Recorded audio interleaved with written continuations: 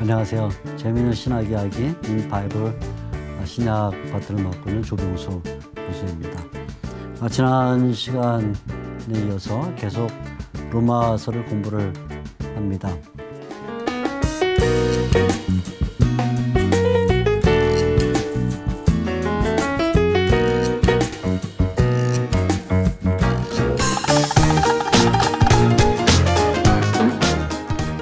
자, 그러면 이 복음이 하나님이 미리 약속하신 것이고 또 선지자들을 통해 하셨고 성경에 기록이 됐다. 그런데 이것은 예수님에 관한 것이다. 이렇게 말하면서 그러면 이 복음을 다 하나로 집약하면 뭐라고 말할 수 있냐. 이렇게 할 때 1장 16절과 17절에 이 복음에 대한 또 하나의 그 핵심이 나오는데 특별히 17절에는 복음에는 하나님의 의가 나타났다 이렇게 말했습니다. 그러니까 우리가 이 복음이라는 말을 들으면 굉장히 총체적인 내용을 담고 있는데 이 복음은 하나로 압축하면 결국 복음은 하나님의 의를 나타내기 위함이다 이렇게 볼 수 있죠. 하나님의 의.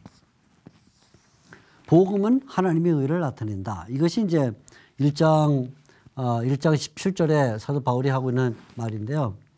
자, 그러면 왜 복음이 하나님의 의를 나타내는가? 이렇게 우리가 질문을 던질 수가 있습니다.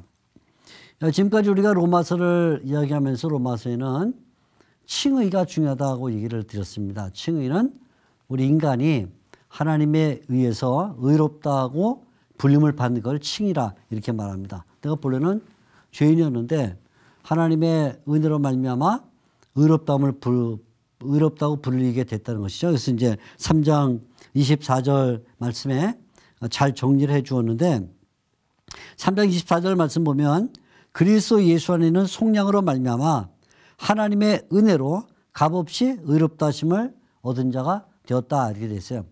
하나님의 은혜로 말미암아 우리가 의롭다 하심을 얻었다 이렇게 말하고 있습니다. 그러니까 칭의와 하나님의 의 사이에 어떤 관계가 형성이 되는 것이죠. 그러니까 복음은 그 핵심이 하나님의 의를 말하는 것인데 하나님의 의가 사람을 의롭게 만들었다 이렇게 말할 수 있습니다. 그러니까 하나님이 의롭다는 사실이 사람을 의롭게 만드는 원인이다 이런 얘기가 되겠죠. 자, 이것을 사도 바울은 3장 25절과 26절에서 잘 설명을 해주고 있습니다. 3장 25절 말씀을 제가 읽어드리면요. 25절과 26절에 3번 나오는 중요한 말이 있는데 여러분들이 한번 잘 파악을 해 두시면 좋겠습니다. 3장 25절, 26절에 3번 나오는 말입니다. 3장 25절 이 예수를 하나님이 그의 피로써 믿음으로 말미암는 화목제물로 세우셨으니 이는 하나님께서 길이 참으시는 중에 전에 지은 죄를 간과하심으로 자기의 의로움을 나타내려 하심이라. 자기의 의로움을 나타내려 하심이라. 26절 이때에 자기의 의로움을 나타내사. 계속 자기도 의로우시며 또한 예수 믿는 자를 의롭다 하심이라. 그러니까 이게 3장 25절과 3장 26절에 3번 반복되는 말이 뭐냐면 하나님이 사람을 의롭게 만든 까닭은 자기의 의를 나타내기 위함이다. 그래요. 자기의 의를 하나님의 의를 나타내심. 그죠? 하나님의 의를 나타내심이 칭의의 목적이다. 그런 말입니다. 그러니까 하나님께서 왜 사람을 불의한 사람, 범죄한 사람, 타락한 인간을 왜 의롭다고 만드시냐면 근본적으로는 사람에게 원인이 있는 게 아니라는 거예요. 사람이 보니까 사람이 죄악 가운데 빠져 있고 또 사람이 타락했고 하나님을 멀리한 불의 가운데 있어서 그 사람이 불쌍해서 하나님이 의롭다 하시는 것이 아니고 그건 둘째 문제고, 첫째 문제는 뭐냐면 하나님 자신이 의로우신 분이기 때문에 하나님의 성품이죠. 하나님의 성품인데요. 하나님의 성품이 그 자체가 뭐냐? 의로우신 분이기 때문에 불의한 것을 보고는 지나갈 수가 없더라, 그런 말입니다. 하나님이 의로운 성품을 가지고 있어서 불의한 인간을 보고는 견딜 수가 없기 때문에 하나님께서 자기의 의를 나타내셨다. 그래서 결국은 사람들을 의롭다고 만들었다, 그런 말이죠. 그래서 이걸 우리가 칭의의 원인을 말할 때 칭의의 원인이 두 가지가 있는데, 하나는 하나님에게 원인이 있고 또 하나는 인간에게 원인이 있다 하고 말할 때, 하나님에게 원인이 있다는 말은 하나님의 의 때문이고, 그죠? 하나님 의로우시니까 결국 인간을 의롭게 만들었다, 그 말이고, 칭의의 원인이 인간에게 있다고 말하면 인간이 불의하기 때문에 그 인간을 의롭다고 만드신 것이다, 이렇게 볼 수 있어요. 그러니까 칭의의 원인은 1차 원인은, 근본 원인은 하나님이 의로우시기 때문에 인간을 의롭다고 부르신 것이고, 2차 원인은 인간이 불의하기 때문에 그 불의에서 끄집어내기 위해서 인간을 의롭게 만들었다, 이렇게 볼 수 있습니다. 하나님께서는 세상을 창조하실 때 완벽하게 창조하시고 보기에 좋게 창조를 하셨는데, 인간의 타락과 함께 그 모든 질서가 망가졌어요. 그래야 하나님이 의로우신 분이기 때문에 세상을 의롭게 창조하셨는데, 그 세상이 인간의 불의 때문에 망가졌을 때 그것을 의롭다고 만드시는 데는 1차 하나님의 성품이 작용을 했고, 2차 그 당사자인 인간의 범죄, 타락의 문제를 해결하시는 그런 원인이 작용했다, 이렇게 볼 수가 있다는 것입니다. 자, 그러니까 우리가 복음이라고 말할 때는 항상 칭의다, 칭의가 주안점이다. 칭의의 원인은 뭐냐? 그거는 하나님이 자기 원인을 갖고 있다. 그래서 하나님이 의로움을 나타내시려는 것이 그 목적이 되어 3장 25절에서 26절로 우리가 생각을 해볼 수가 있습니다. 자, 그럼 이제 우리가 조금 더 인간에 대해서 얘기를 나눠봐야 되겠죠. 도대체 인간이 왜 불의한가? 인간이 불의하다는 것은 타락의 문제 때문입니다. 사도 바울이 3장 23절에 이런 말을 했습니다. 모든 사람이 죄를 범하였음에 하나님의 영광에 이르지 못하더라. 3장 23절 유명한 말씀이죠. 3장 23절 모든 사람이 범죄했다. 모든 사람 범죄, 그죠? 모든 사람의 범죄를 말하는데 모든 사람이 범죄했다. 이 내용을 사도 바울 앞에서부터 꾸준히 설명을 해왔어요. 그래서 인간이 갖고 있는 그 죄의 문제를 설명하면서 모든 인간은 다 죄 아래에 있다. 3장 9절에 보게 되면 이렇게 말합니다. 그러면 어떠하냐? 우리는 나으냐? 결코 아니라. 유대인이나 헬라인이나 다 죄 아래에 있다. 다 죄 아래에 있다. 3장 9절 모든 사람은 다 죄 아래에 있다. 이렇게 말하고 있어요. 모든 사람은 죄 아래에 있다. 왜냐하면 아담의 타락과 함께 결국 모든 사람이 그 타락에 편승돼서 그 인간 가운데 누구 하나도 의롭다고 부를 사람이 없다, 이런 말이 되겠죠. 사도 바울은 이제 이 아담의 타락 문제를 5장 12절 이하에 말해주고 있는데, 모든 사람이 범죄했다고 말할 때 그 근본 이유가 뭐냐면 아담의 타락 때문이다, 이렇게 말하고 있어요. 아담의 타락. 그래서 이제 5장 12절 이하에 나오는 말인데, 아담의 타락. 아담의 타락이 결국은 모든 사람의 그 범죄로 이어지게 됐다, 이렇게 말할 수가 있습니다. 그러니까 이 세상에서 아담의 자손이 아닌 사람이 있다면 타락했다고 말하지 않을 수 있겠지만, 아담의 자손이라는 사람은 누구나 다 아담의 그 타락에 다 같이 포함되어 있어서 결국은 인간은 태어나면서부터 죄인으로 태어나는 것이다, 이런 의미가 되겠죠.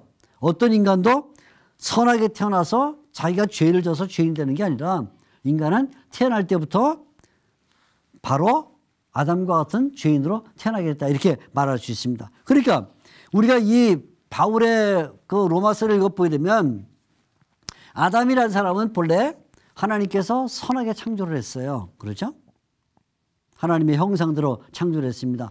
그런데 선하게 창조된 아담이 타락 행위로 말미암아, 타락 행위로 말미암아 뭐죠? 선악을 알게 하는 남의 열매를 따먹는 타락 행위로 말미암아 범죄를 했다면 이제 그 이후에 아담에게서 태어나는 모든 사람은 타락 행위 때문에 범죄한 게 아니라 타락 상태 때문에, 타락 상태 때문에 이 사람은 타락했다 이렇게 보게 되는 거예요. 자, 이런 말을 할 수가 있는 것이죠. 아담은 본래 선악의 창조가 되는데 하나님의 형상대로 아담이 선악을 알게 하는 나무의 열매를 먹음으로 말미암아 타락하니까 아담의 범죄는 행위 때문에요. 행위의 범죄예요. 그리고 그 이후에 아담에게서 태어난 사람, 가인이건 아벨이건 그 위에 수많은 인류가 태어날 때는 아담의 그 행위의 영향 아래 태어나기 때문에 이미 우리는 태어날 때 타락한 상태로 태어난다 그 말이죠. 타락한 상태로 태어나기 때문에 그 사람은 무슨 일을 하든지 간에 그것은 다 타락한 행위를 하게 되는 거예요. 범죄 행위를 하는 거예요. 그러니까 인간 가운데는 어떤 근본적으로 태어나서 선한 일을 행할 수 있는 사람은 없어요.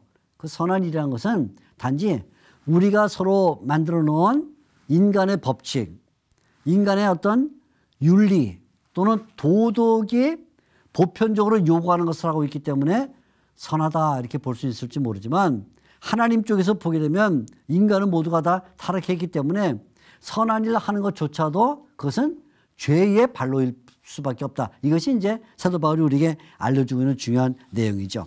자, 근데 바로 이런 사람, 모든 사람이 범죄를 했는데 이 범죄를 누가 해결하느냐 하면 예수님께서 죽으심으로 말미암아 해결이 됐다는 거예요. 자, 다시 3장으로 돌아가게 되면 3장 25절에 이제 나오는 말씀이죠. 이렇게 인간이 범죄를 해서 아담의 타락의 그 모든 것을 그대로 물려받은 유전하는 사람이 됐다면 이 문제를 인간이 스스로 해결할 수 있는가? 인간은 스스로 해결할 수가 없다는 거예요. 어떻게 해결하는가? 오직 예수님께서 화목제물로 피를 흘려 죽으셔야만 그 죄가 해결될 수 있다 이렇게 말하는 거죠. 그래서 3장 25절에 나오는 말입니다. 하나님이 이 예수를 그의 피로써 믿음으로 말미암는 화목제물로 삼으셨다. 화목제물로 삼으셨다. 그래서 화목제물로 삼으셔서 하나님께서 인간이 전에 지은 죄를 뭐 했냐면 간과해 주셨다 이렇게 말하고 있어요. 자, 그러니까 이 인간의 범죄를 아담부터 내려온 인간의 범죄를 끊을 수 있는 해결할 수 있는 유일한 방법은 뭐냐면 뭐예요? 예수님의 죽음, 그죠? 예수님의 죽음 또는 예수님의 보혈, 그죠? 예수님의 희생이 비로소 이 인간들을 다 해결할 수 있는 길을 열어주게 됐다 그런 말이죠. 그러니까 사도 바울에 의하면 인간은 내적으로 구원을 위한 동력을 발동할 수가 없어요. 인간은 내적으로 구원을 받을 만한 능력을 만들어낼 수가 없어요. 우리 인간 본연이 스스로 노력하고 애를 써서 아니면 헌신하고 뭔가 생각을 하게 되면 구원을 받을 수 있냐? 안 된다는 거예요. 돌을 닦거나 수련하거나 무슨 뭐 공을 들이거나 그래서 구원 받을 수 없고 오직 하나님께서 그 아들 예수 그리스도를 우리에게 보내주심으로 말미암아 보내셔서 이 예수님을 믿을 때에 우리에게 구원이 주어진다 그런 말이죠. 그러니까 자, 이런 법칙이 형성되는데 인간의 범죄를 해결하기 위해서는 예수님이 오셔야 된다 하는 거죠. 예수님. 근데 예수님에 대해서 두 가지를 생각하게 되는 거예요. 이 예수님을 보낸 것은 은혜예요. 하나님의 은혜. 하나님이 보내셨으니까, 그죠? 하나님이 보내셨습니다. 그러니까 하나님의 은혜가 예수님을 보냈다면 우리 인간들은 이 예수님에 대하여 사람들은 뭐 해야 되냐? 이 예수님을 믿어야 돼요. 믿음이 필요한 것이죠. 그러니까 예수님을 가운데 놓고 하나님이 예수님을 보낸 것은 은혜고 보내고 인간이 바로 그 예수님을 믿어야 구원이라는 것이 있다. 이렇게 말할 수 있는 게 칭의는 두 가지 조건이 있어야 되는데 첫째 조건은 하나님의 은혜다라는 조건과 또 하나는 인간이 그것을 믿어야 된다는 또 하나의 조건이 있다. 그래서 하나님께서 우리에게 예수님을 보낸 것은 은혜요. 우리가 그분을 믿어야 된다 이렇게 말하고 있어요. 자, 여기 다시 3장에 보게 되면 하나님의 은혜를 강조하는데 3장 24절 그래서 예수 안에는 속량으로 말미암아 지금 그래서 예수죠. 그래서 예수 안에는 속량으로 말미암아 하나님의 은혜로 값없이 의롭다 하심을 받았다. 그러니까 우리가 의롭다함을 받은 것은 하나님의 은혜다 그런 말입니다. 하나님의 은혜로 이렇게 말하고 있어요. 그런데 그 바로 다음 절 25절은 이 예수를 하나님이 그의 피로써 믿음으로 말미암는 이 말을 썼어요. 믿음으로 말미암는 그러니까 25절에는 하나님의 은혜가 예수님을 보낸 것이고 26절에는 우리가 믿어야만 그 은혜가 우리에게 주어진다 이렇게 말함으로써 사도 바울은 칭이라는 것에 두 가지 조건을 말하고 있는데 은혜라는 조건과 믿음이라는 조건을 말해주고 있다 이렇게 볼 수가 있는 것입니다. 자, 그러니까 우리가 이제 이 사도 바울에게 나타나는 인간의 문제라는 것은 바로 하나님의 은혜가 임하지 않으면 구원이라는 것이 주어질 수 없다라는 정의를 내릴 수가 있게 되는 것입니다. 그리고 이렇게 인간이 드디어 예수님으로 말미암아 믿음을 가져서 구원에 도달하게 되면 이 인간은 새 사람이 됐다 이렇게 말하고 있어요. 또는 그 속사람이 변해서 새로운 생명을 가졌다 이렇게 말하는데 6장 6절 말씀을 보면 바울은 인간에 대하여 이렇게 말하고 있어요. 6장 6절 우리의 옛사람이라 이렇게 말합니다. 본래 우리는 예수님을 알기 전에 이 은혜를 받기 전에 믿음을 갖기 전에는 옛사람이었다는 거예요. 근데 그 사람이 변해서 뭐가 되냐면 새 사람이 됐다 이렇게 말하는 거죠. 새 사람. 그래서 예수님을 믿기 전에는 옛사람 이렇게 부르고 예수님을 믿은 다음에는 그 사람은 새 사람 이렇게 부르는 거예요. 옛사람과 새 사람. 인간이 한 인간이지만 예수를 믿기 전에는 옛사람이고요. 예수를 믿고 나면 새 사람이다 이렇게 불림을 받게 됩니다. 사도 바울은 이 새 사람을 가리켜서 성령에 의하여 사는 사람이기 때문에 그 사람을 영적인 사람이다 이렇게 부릅니다. 그러니까 우리가 사도 바울의 성경을 읽다 보면 자주 영적인 사람 뭐 이런 표현을 사용하는 걸 볼 수 있는데 그것은 이제 구원을 받아서 성령의 은혜 가운데 사는 사람 다시 말하면 영적인 사람이다 이렇게 보는 것이죠.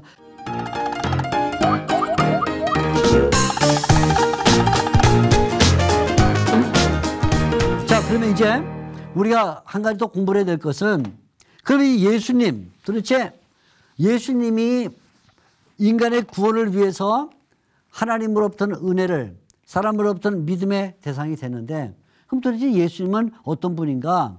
사도 바울이 1장 2절에 하나님의 복음을 말하면서 이 복음은 하나님의 아들에 관한 것이다 이렇게 말했는데 자 이제 우리가 이 부점을 공부를 해야 되는 것이죠. 설명은 1장 3절에 들어있습니다. 1장 3절을 같이 한번 보겠습니다. 1장 3절 이렇게 말해요. 그의 아들에 관하여 말하면 두 가지를 말합니다.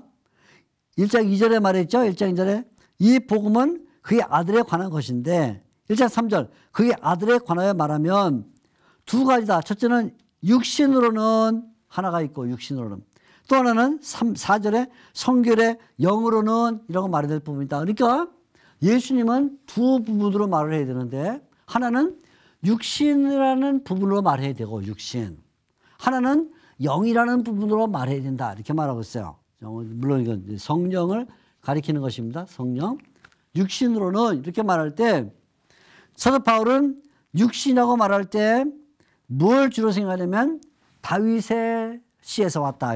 다윗의 씨에서 왔다. 육신으로는 다윗의 씨에서 왔다. 다윗의 씨. 다윗의 씨. 다윗의 씨라고 말할 때 사도 바울의 마음속에는 첫째 뭐가 들어냐면 예수님은 육신으로 왔을 때 그분은 왕으로 오신 것이다. 왕으로 오셨다. 왕으로 오셨다는 걸 말해요. 왕으로 오셨다.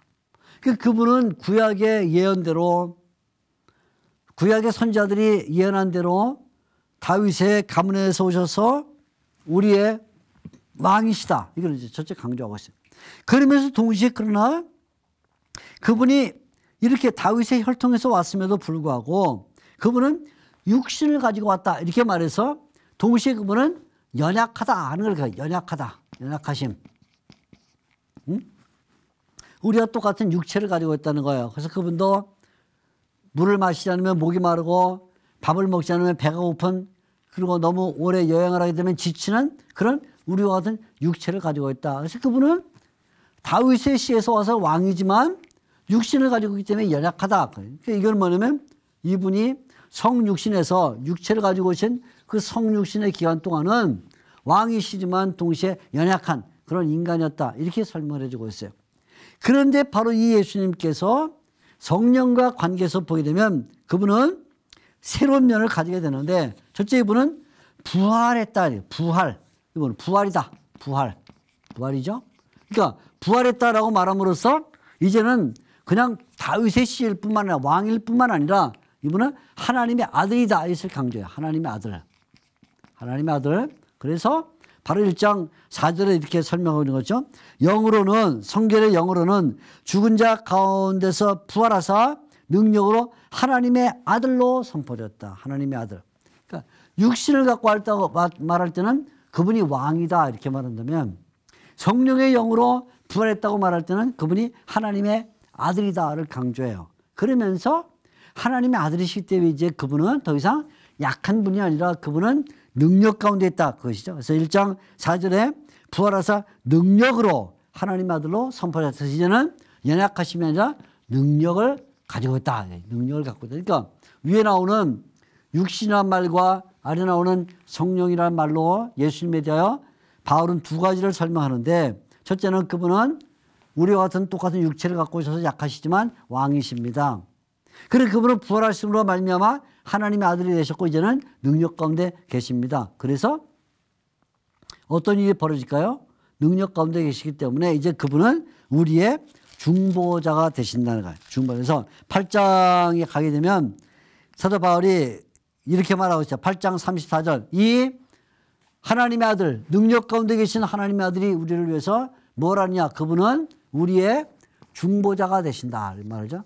중보자 8장 34절 말씀을 읽어보게 되면 이렇게 말하고 있습니다. 누가 정죄하리요? 죽으실 뿐 아니라 다시 살아나시는 이는 그리스도 예수시니, 부활이죠. 다시 살아나시는 그리스도 예수시니, 그다음 뭐래? 그는 하나님의 우편에 계신 자요 우리를 위하여 간구하시는 이시니라. 그러니까 능력 가운데 계신 예수님이 우리에게 중보해 주시는 분이다. 이렇게 설명을 해주고 있습니다. 그렇게 함으로써 예수님은 결국은 아담이 저질렀던 그 범죄를 해결해 주신 것이죠. 그래서 사도 바울이 5장 12절 이하에 보게 되면 예수님은 결국은 아담의 표상으로 오셨다. 이렇게 말해주고 있어요. 자, 5장 12절 말씀을 먼저 보면요. 이렇게 말해요. 그러므로 한 사람으로 말미암아, 한 사람은 아담을 가리키고 있습니다. 죄가 세상에 들어오고, 그렇게 말하죠. 근데 14절에 보게 되면 이 아담의 이름이 이제 분명히 나오는데 14절, 그러나 아담으로부터 모세까지 아담의 범죄와 같은 죄를 짓지 아니한 자들도, 아담에 대한 얘기가 나오고 있어요. 그럼 이 이야기를 왜 하냐면 예수님께서 아담의 문제를 해결하신 분이기 때문이다. 그렇게 말하고 있어요. 그러니까 예수님은 아담에 의해서 이미 예견된 분이에요. 5장 14절 끝에 보게 되면 아담은 오실 자의 모형이라 그렇게 말했는데, 이 예수님과 아담은 첫사람이라 이렇게 보통 부른다면 예수님은 둘째 사람이라 이렇게 부르는데, 아담은 범죄를 했다면 예수님은 그 문제를 해결했다 이런 거죠. 아담으로 말미암아 많은 사람이 죄를 범했다면 예수님으로 말미암아 많은 사람이 이제 구원에 들어오게 됐다 이런 말이죠. 아담 때문에 많은 사람이 죽게 됐다면 예수님 때문에 많은 사람이 살게 됐다 이렇게 말해서 5장 12절에서 21절까지는 예수님과 아담을 비교하는 가운데 아담이 그 저지른 문제를 예수님께서 하나님의 아들로서 해결하시게 됐다는 점을 얘기를 해주고 있습니다. 그러니까 이 로마서에서 특별히 예수님에 대한 설명 가운데 중요한 것은 아담과의 그 모형론 가운데 설명하고 있다는 점입니다. 자, 그런데요, 이제 우리가 이 로마서에서 한 가지 굉장히 중요하게 발견해야 될 건 뭐냐면, 이렇게 이 모든 일, 자 보세요. 지금 복음이 하나님의 의의 이야기를 담고 있고 하나님의 의가 칭의를 이루게 된다. 그래서 결국 칭의의 원인은 하나님의 의다. 칭의를 이루는데 예수님이 중보자가 되셨다. 그 예수님이 오신 것은 하나님의 은혜로 오신 것이고 우리가 예수님을 믿어야 된다. 예수님은 누구냐? 예수님은 육신을 가지고 오신 분이다. 다윗의 씨를 따는 왕이시며 그러나 또 연약하신 분이다. 그러나 바울의 생각은 여기 있어요. 성결의 영, 성령에 의하면 예수님은 부활하셨고 그리고 하나님의 아들로 되셨고 선포되셨고 능력 가운데 있다. 그러니까 바울이 이 모든 이야기의 흐름에 복음, 하나님의 의, 그죠? 자, 복음, 하나님의 의, 칭의, 그죠? 예수님 나가다가 얘기가 어디로 가냐면 성령으로 갔어요. 성령. 이게 바울은 이 모든 얘기를 해나가면서 마지막에 하고 싶은 얘기가 뭐냐면 이 모든 일에 추진을 하시는 분이 누구냐면 결국은 성령이시다. 성령에 대한 이야기를 하지 않으면 이 복음에 대한 이야기라는 것은 그건 사상두각이다. 모래 위에 세운 집이다. 그런 말. 그래서 바울이 로마서에서 성령에 대하여 많은 이야기를 합니다. 성령에 대해서. 이 로마서를 읽어보게 되면 성령에 대한 표현이 32번 나와요. 성령. 성령에 대한 이야기가 32번 나오는데 로마서에 주로 이제 로마서 8장에 아주 압도적으로 많이 나오는 이게 이제 성령에 대한 얘기인데 성령에 대하여 설명할 때 성령을 이렇게 설명하고 있어요. 첫째는 성령은 하나님의 영이다. 하나님의 영이다. 하나님의 영. 하나님의 영이다. 그죠? 하나님의 영. 그래서 여러 번 이제 하나님의 영을 강조하는데 특별히 8장 9절 또 8장 14절 이런 구절을 읽어보게 되면 하나님의 영 이렇게 불러요. 하나님의 영. 그래서 이 성령은 하나님과 깊은 관계를 가지고 있다는 거예요. 성부 하나님과 8장 27절에 보면 성부 하나님과 성령 사이에 어떤 관계가 있는가 하는 것을 설명하면서 27절에 이렇게 말합니다. 마음을 살피시는 이가 하나님 성부 하나님을 말하는데요. 마음을 살피시는 이가 성령의 생각을 아신다. 그죠? 성부께서 성령의 생각을 아신다. 동시에 성령이 하나님의 뜻대로 성도를 위하여 간구하신다. 자, 보면요, 이게 하나님의 영이라고 말할 때 성부와 성령 사이에 어떤 관계가 형성되냐면 성부는 8장 26절 지금 얘기입니다. 8장 26절. 성부는 성령의 생각을 아신다. 생각을 아신다. 생각을 아심. 이렇게 말하고요. 성령은 뭐냐? 성부의 뜻을 행하신다. 그러면 성부의 뜻을 행하신다. 이것이 이제 성부와 성령 사이에 맺어진 관계예요. 그러니까 사도 바울은 성령에 대하여 말할 때 성령을 가장 잘 아시는 분은 성부 하나님. 그죠? 또 성령은 성부 하나님의 뜻을 행하시는 분이다. 이렇게 말함으로써 이 성부와 성령 사이의 관계를 정확하게 설명을 해주고 있습니다. 두 번째는 그런데 성령은 하나님의 영일 뿐만 아니라 동시에 예수님의 영이라는 거예요. 예수님의 영. 예수님의 영. 이것도 역시 사도 바울이 로마서에서 말하고 있는 내용인데 어디에 나오는 내용이냐면 4장 24절 또 8장 11절 좀 더 정확히 말하면 8장 9절에 이렇게 말해요. 8장 9절. 지금 우리가 8장을 막 읽었으니까 8장 9절을 보면 만일 너희 속에 하나님의 영이 거하시면 하나님의 영 이렇게 말하다가 너희가 육신에 있지 아니하고 영에 있나니 누구든지 그리스도의 영이 없으면 그리스도의 영 이런 표현을 썼어요. 그리스도의 영. 그러니까 결국은 성령님은 하나님의 성부 하나님의 영이자 동시에 성자 예수님의 영이다. 이렇게 말함으로써 뭘 말하고 싶으냐면 성부, 성자, 성령이라는 이 삼일체 도식에서 그래서 아주 중요한 얘기가 되겠습니다. 우리가 성부, 성자, 성령 이렇게 성부, 성자라고 말하면 성령이 계신데 성령 삼일체에서 성령이 계신데 잘 보셔야 돼요. 성부, 성자, 성령 삼일체라 우리가 보통 말하지 않습니까? 삼일체. 이 삼일체 도식에서 성부와 성자를 놓고 성령을 가리켜서 어떤 때는 성부의 영, 하나님의 영 이렇게 부르고요. 8장 9절에 그렇게 말했죠. 어떤 때는 성자 예수님의 영, 역시 8장 9절에 그렇게 말했어요. 이렇게 성령은 하나님의 영이자 동시에 예수님의 영이다 이렇게 말함으로써 결국 성부와 성자가 같은 동일 선상에서 연합되는 것, 삼일체 하나님의 도식 속에서 관계를 맺는 것은 누구 때문이냐면 성부의 영이기도 하고 성자의 영이기도 한 성령이 있기 때문이다 이렇게 볼 수 있는 거죠. 그래서 성부와 성자가 연결되어 있다 이렇게 말할 때 사도 바울의 머릿속에는 성부와 성자가 그러니까 하나님, 성부 하나님과 예수 그리스도 성자가 연결되어 있다고 말할 때 그것이 물리적 관계로 연결되어 있거나 어떤 영역에 같이 있기 때문에 연결되어 있거나 그런 뜻이 아니라 성부의 영이자 성령이신 성령이 이 두 분과 관계를 맺고 있기 때문에 자연스럽게 성부와 성자가 동일선상에 관계를 맺을 수밖에 없다라는 성령이 뭐냐면 성부와 성자를 연결하는 끈이다. 끈이라는 생각을 보여주는 끈. 그래서 성령을 말하지 않으면 성부와 성자를 말할 수가 없다 이렇게 말해주고 있는 것이죠. 그런데 바로 이 성령이 우리에 대하여 하는 게 있다는 거예요. 세 번째가 첫째는 하나님의 영이자 두 번째는 예수님의 영인데 세 번째는 성도의 영이라는 게 성도의 영.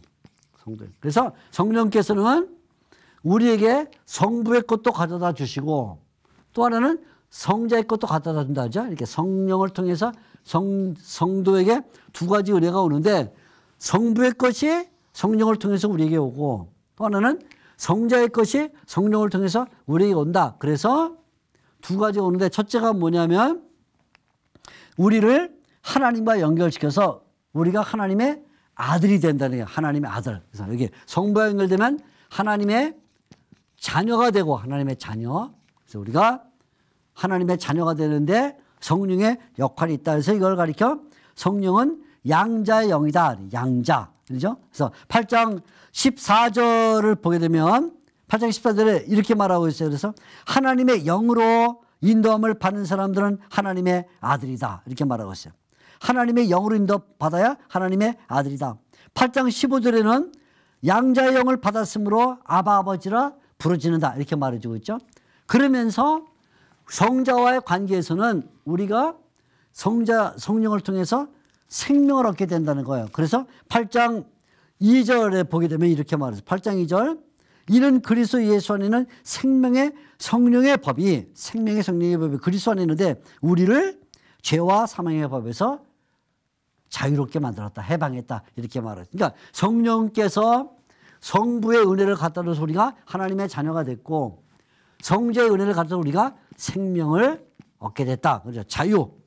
자유를 얻게 됐다. 이렇게 말해주고 있으니까 사도 바울은 이 로마서에서 마지막 하고 싶은 말은 뭐냐면 성령에 대하여 말함으로써 우리가 오늘날 이 시대를 살 때 우리는 성령을 통해서 하나님의 자녀가 됐고 성령을 통해서 생명을 얻었다. 자유 가운데 있다. 그러니까 이제는 성령님과 함께 동행하면서 당당하게 또 멋지게 하나님의 나라를 위해서 힘차게 살아야 된다. 그런 것을 말해주고 있는 것입니다. 로마서의 마지막 강조점은 성령에 대해 이렇게 볼 수 있겠습니다. 감사합니다.